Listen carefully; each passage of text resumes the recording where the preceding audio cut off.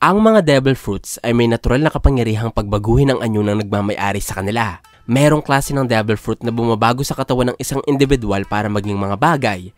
Meron din namang mga uri ng sinumpang prutas na nagpapabago sa pisikalidad para maging isang elemento. At merong mga klase ng devil fruits na nagpapabagong anyo sa isang tao para magtaglay ng katawan na kapareho ng meron ng ibang nilalang. Ang mga devil fruits na may kapangyarihang katulad nito ay kinikilala sa kwento bilang mga Zoan.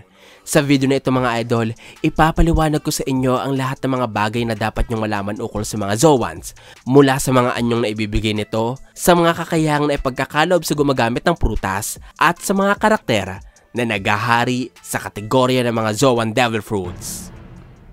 Ang mga taong nakakain ng prutas na kasama sa kategorya ng mga Zoan ay nabihiyaan ng kapangyarihan na gamitin ang anyo ng ibang hayop o ibang nilalang na may buhay sa mundo. Sa oras na taglayin ng kapangyarihan ng sinumpang prutas, maaaring baguhin ng isang tao ang kanyang katawan papunta sa wangis ng ibang nilalang. Nakadepende kung anong klase ng devil fruit ng kanilang nakain. Kung ang isang individual ay nakakain ng isang prutas na pinalooban ng wangis ng isang aso, maaari silang magbagong anyo para maging aso. Kung ang isang nilalang na nakakain naman ng devil fruit na nagtataglay ng uri ng pusa, pwede silang magbagong anyo para maging mga pusa. At kung ang isang tao ay nakakain ng prutas na Zoan na may kapangyarihan ng ibon, pwede silang magbagong anyo at makalipad katulad ng isang ibon. Sa madaling salita, ang isang normal na tao ay magkakaroon ng espesyal na katangiang tinataglay lamang ng ibang uri ng nilalang sa mundo sa oras na makakain ng mga Zoan fruits. Ang pagpapalit anyo ng isang Zoan fruit user ng kanyang buong katawan para tuluyang maging kamukha ng hayop na kalakip ng kanyang devil fruit ay tinatawag na beast form. Kung magbabagong anyo naman ang devil fruit user papunta sa isang wangis na kombinasyon ng orihinal niyang anyo at ng katangian ng nilalang na ipinagkaloob ng sinumpang prutas, tinatawag itong hybrid form o human beast form.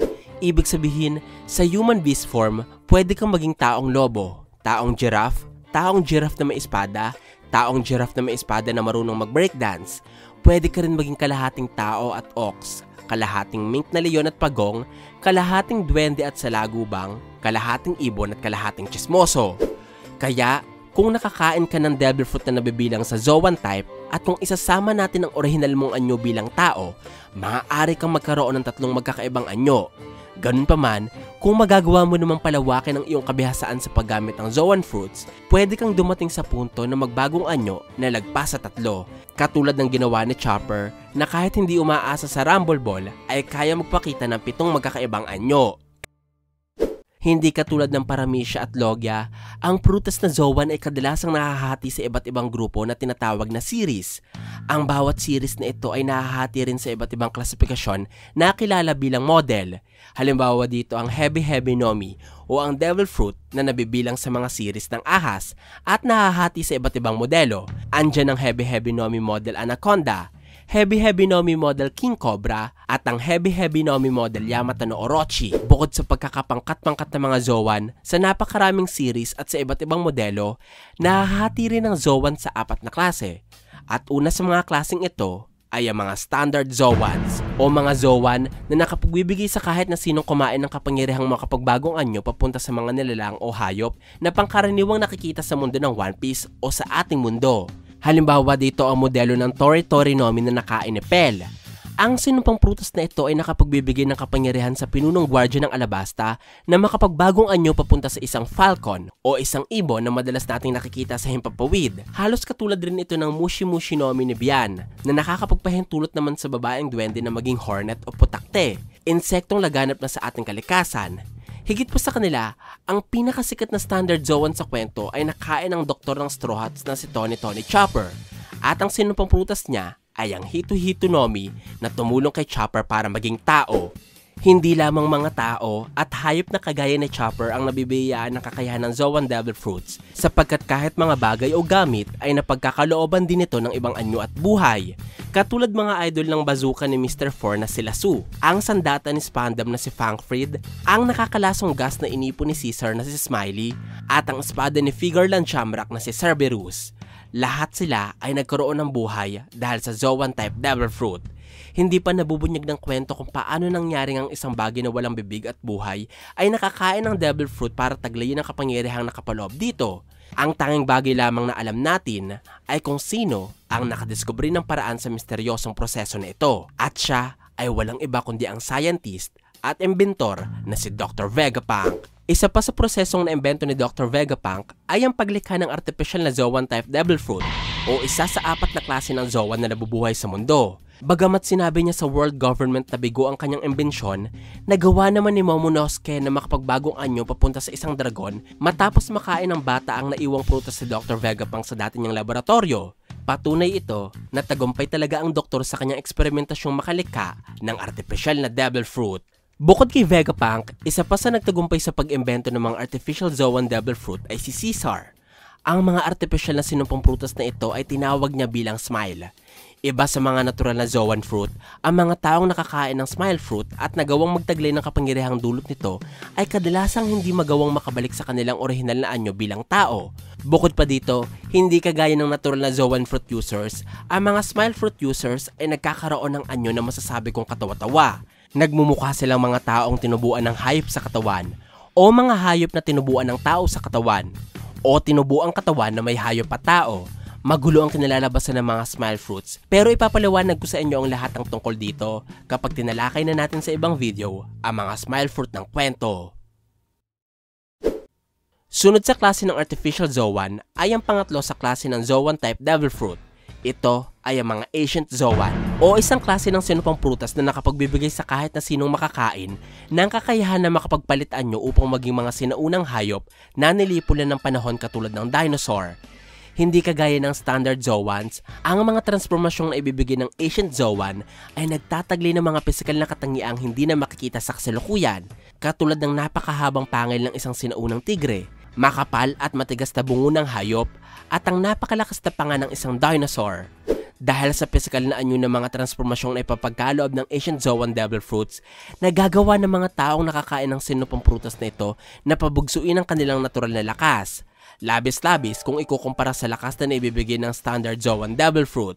Halimbawa sa kayang gawin ng mga Ancient Zoan users ay ang pagwasak ng mga gusali ng walang hirap, pagbaliwala sa mga napakatitibay na depensa, at pagpapataob sa isang napakalaking barko sa pamamagitan lamang ng isang tira. Higit pa dito, napakahirap ding talunin ng mga taong nagtataglay ng Ancient Zoan dahil bukod sa sobrang tigas nilang mga balat at tibay ng katawan, mabilis din nilang naipapanumbalik ang kanilang lakas at napapagaling ang kanilang mga sarili mula sa mga natamong pinsala sa pakikipaglaban. Isang katangiang lumalagpas pa rin sa kakayahan na meron ng mga standard Zoan. Kung ang mga standard Zoan Devil Fruits din ay mahirap makita o matagpuan dahil sa kaunting bilang ng mga Devil Fruits sa mundo, mas lalong mahirap magtaglay ng sinumpang prutas na nasa ilalim ng klase ng Ancient Zoan sapagkat lubhang natatangi ang mga prutas na ito. Dahilan kaya siyam pa lamang ang napapakitang modelo ng Ancient Zoan sa buong kwento. Ito ang Mammoth, Saber-toothed Tiger, Rosamigale, Triceratops, Spinosaurus, Pachycephalosaurus, Allosaurus, Magnasaurus, Brachiosaurus, at Pteranodon. Ganun pa man, kahit siyam na tao pa lamang ang nagtatagli ng Ancient Zoan, hindi ito ang tinuturing na pinakabihirang klase ng Zoan sa kwento, sapagkat ang pinakamahirap matagpuan at makitang uri nito ay ang mga mythical Zoan type Devil Fruit o ang ika-4 at panghuling klase ng Zoan. Ang mga mythical Zoan ay nakapagbibigay ng kapangyarihan sa gumagamit na makapagbagong anyo at taglayin ang abilidad ng mga nilalang na nabubuhay sa iba't ibang mitolohiya. Ibig sabihin, kung ang katotohanan sa mga mitolohiya ay mahirap hanapan ng ebidensya, ganoon din kahirap mahanap ang mga mythical Zoan type Devil Fruit. Ito ang dahilan mga idol kaya tinuturing na hindi lamang pinaka-natatanging sa lahat ng mga Zoan ng mga mythical Zoan Fruit, kundi pinakakakaiba at pinaka-espesyal rin kung ihiwalay natin sa ibang uri ng mga Zoans at direktang ikukumpara sa mga Paramecia o Logia. Sa kabila ng pagiging mailap ng mga mythical Zoan type Devil Fruits, madami pa ding nagkaka-interes sa prutas na ito dahil sa espesyal nitong kapangyarihan. Kaya kahit mahirap itong hanapin, nakuha pa din ito ng 16 na karakter sa kwento.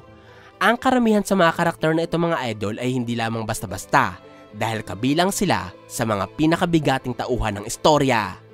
Halimbawa dito mga idol ang dating Fleet Admiral ng Marines na si Sengoku, ang karakter na nakakain ng mythical Zoan type Devil Fruit na Hito-Hitonomi Model Daibutsu. Gamit ang Devil Fruit na ito, nakakapag-transform si Sengoku para maging Daibutsu o isang dambuhalang gintong estatwa ng Buddha. Nagdulot ito para kilalanin ng Fleet Admiral bilang Sengoku the Buddha. Bukod sa kanya ay ang anak ng Yonko na si Kaido. Ito ay si Yamato. Siya naman ang nakakain ng mythical Zoan type na Inu-Inu Nomi model Okuchi no Makami. Ito ang sinumpang prutas na ginagamit ni Yamato para makapagbagong anyo patungo sa isang wolf na itinuturing bilang guardian deity of Wano.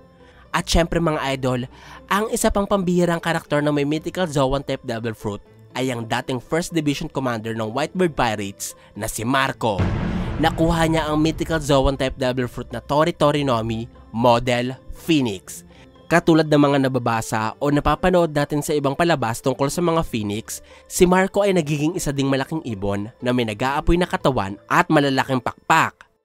Sobrang kakaiba at ganda ng mga anyong na ipagkakaloob ng mga mythical Zoan type Devil Fruits, pero hindi lamang ito ang espesyal sa mga sinumpang prutas na ito, sapagkat bukod sa mga nakakabilib na anyo, nagkakaroon din ng mga kapakipakinabang na abilidad ang mga taong nakakain ng mythical Zoan type Devil Fruits. Halimbawa dito ang muse ng Blackbird Pirates na si Katarina Devon na nabiyayaan ng kapangyarihang makapanggaya ng wangis ng ibang tao, kahalintulad ng kakayahan ng mga nine-tailed fox sa Japan. Ang isa sa mga member ng Holy Knights na si Saint Remushifu Killingham na may kakayahang dalhin sa realidad ang panaginip ng isang tao. Halos kasing mysterious ito na mga kayang gawin ng nilalang na Kirin sa alamat ng mga Chinese. At syempre, ang dating Yonko na si Kaido na nagagawang makapagpadala ng di masukat na boltahe ng kidlat, walang kapantay na puwersa ng apoy at napakamapaminsalang bugso ng hangin. Lahat ng kakayahang ito ay inihalin tulad sa kayang gawin ng mga dragon na nasusulat sa mitolohiya ng ating mundo. Marami pang mga bigating karakter idol na nakakain ng mythical Zoan type Devil Fruit at nabiyayaan ng walang katulad na kapangyarihan. Kabilang dito ang 5 elders ng world government at ang ating pinakabida. Papaliwanag ko sila maya-maya lamang. Ang Zoan ay nakapagbibigay ng iba't ibang anyo at kakayahan sa mga users nito.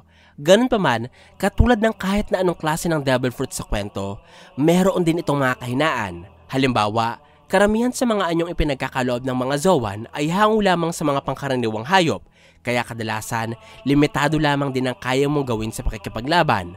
Paano mo nga naman lalagyan ng iba pang kakayahan ng pagiging taong aso na black, at taong aso na black and white kung kahit sa totoong buhay, wala talagang kakaibang kakayahan ng mga aso bukod sa pagtakbo ng mabilis, pangangagat at pagkain ng pampers. Maliban dito, may mga Zoan Devil Fruits din na hindi tugma sa natural na kakayahan ng kanilang user. Halimbawa ang Ushi-Ushi Nomi Model Giraffe na hindi bagay sa swordsmanship skill ni Kaku sapagkat medyo naging awkward siya sa paggamit ng espada at ng kanyang mga nakakahiwang sipa.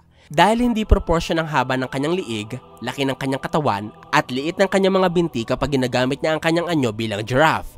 Meron din namang kabaliktaran ng sitwasyon na ito mga idol. Merong mga user na hindi naman tugma sa kakayahang meron ng kanilang mga Zoan Devil Fruits. Katulad ng walang niyang peking shogun ng Wano na si Kurozumi Orochi na hindi tugma sa nakain niyang mythical Zoan type Devil Fruit na nakapagbibigay nga sa kanya ng 8 ulo pero hindi kayang palakihin ng sobrang liit niyang utak. Kaya, nasayang napakagandang Devil Fruit na ito. Higit pa dyan mga idol, karamihan din sa mga Zoan ay nakakapagpataas nga ng pisikal na lakas ng isang tao.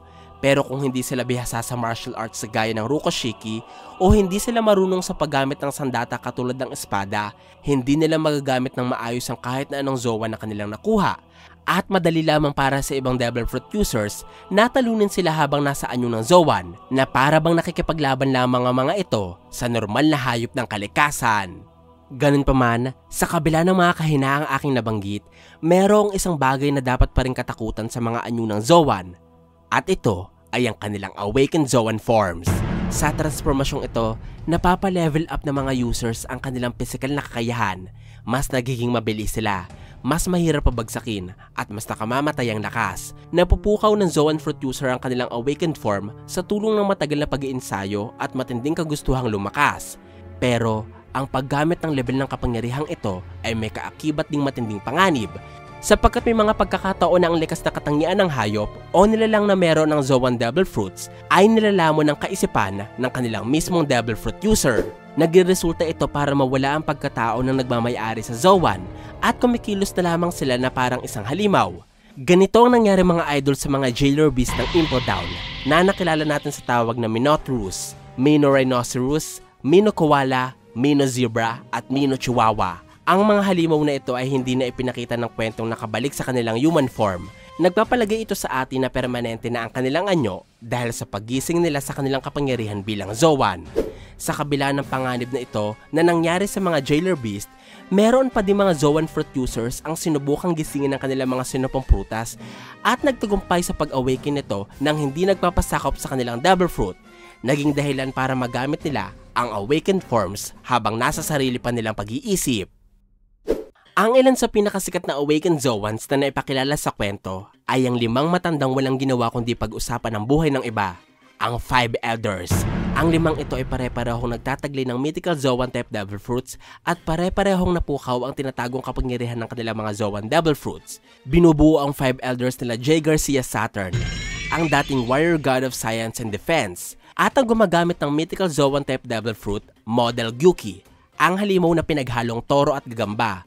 Sunod sa kanya ay si Marcus Mars, ang warrior god of environment, na nakuha naman ng mythical Zoan type Itsumade.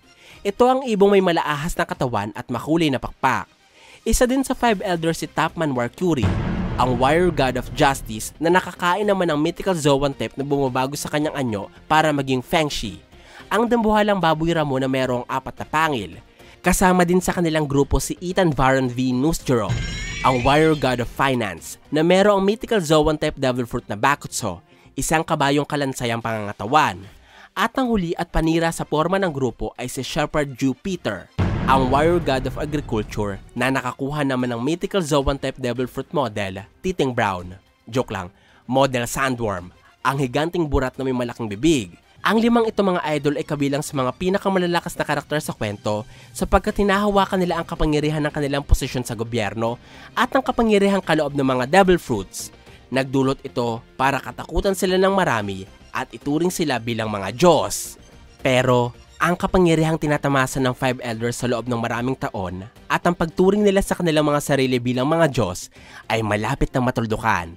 Dahil dumating na ang tunay at karapat-dapat na kilalanin bilang Diyos ng kanilang mundo. Ito ang isa pang mythical Zoan type devil fruit user na si Monkey D. Luffy. Noong una, inakala natin na isang parami siya ang Gomu Gomu no Mi na nakain ni Luffy. Pero peking impormasyon pala ito na ipinakalat ng world government para pagtakpan ang pagiging mythical Zoan type ng devil fruit ni Luffy at ang tunay na pangalan ng prutas na ito bilang Hito Hito no Mi, model Sun God Nika. Si Nika mga idol ay isang maalamat na madirigma sa sinaunang mundo ng One Piece. Meron siyang malagomang katawan na ginagamit niya sa pakikipaglaban. Nagpapaliwanag ito para magkaroon din si Luffy ng malagomang katawan. Ang pagbago ng ating bida sa kanyang pisikalidad kagaya ng pagpapahaba nito, pagpapalaki at pagpasok sa iba't ibang gears ay mga forms na kalakip ng kanyang devil fruit. Kumbaga, ito ang kanyang hybrid form. Samantalang ang kanyang beast form o full Zoan form ay nagamit niya matapos ang awakening ng Hito Hito no Mi model Nika. Sa anyong ito mga idol, nagiging puti ang kulay ng buhok, kilay at damit ni Luffy. Nag-iiba din ang kanyang ngiti at ugali na para bang sinasaniban siya ni Nika habang gamit ang transformasyon. At higit sa lahat, nagbabago ng sobra ang kapangyarihan ni Luffy dahil hindi na lamang pagiging lastiko ng kanyang katawan ang kaya niyang gawin. Nagkakaroon din si Luffy ng sobra-sobrang kalayaan kaya nagagawa niya ang kahit na anong gusto niya sa pakikipaglaban. May kalayaan si Luffy na palakihin ng walang hirap ang kanyang katawan, baguhin ang kapaligiran ayon sa kanyang kagustuhan, at ilagay sa epekto ng kanyang kapangyarihan ang kanyang mga kalaban. Gamit ng kapangyarihang ito, natalo lamang naman ni Luffy ang mga pinakamalalakas na Zoan sa kwento. Hindi umabra sa kanya ang CP0 agent na si Rob Lucci, kahit gamit ito ang kanyang sariling awakened form. Hindi din siya napaslang ng 5 elders ng world government kahit nagtulong-tulong pa ito sa pag-atake sa kanya. At hindi din nanalo kay Luffy si Kaido, kahit nagtataglay ito ng pambihirang lakas bilang isang Yonko. Hindi pa masyadong sanay si Luffy sa paggamit ng kanyang awakened Zoan form. Isipin nyo na lamang kung ano mangyayari kapag ginamit niya pa ang kanyang bagong anyo ng maraming beses. Baka hindi na lamang niya mapagharian ng kategorya ng mga Zoan, kundi pati na rin ang lahat ng mga klase ng sinupang prutas sa kwento. Ito po ang aking paliwanag ukol sa mga Zoan type devil fruits.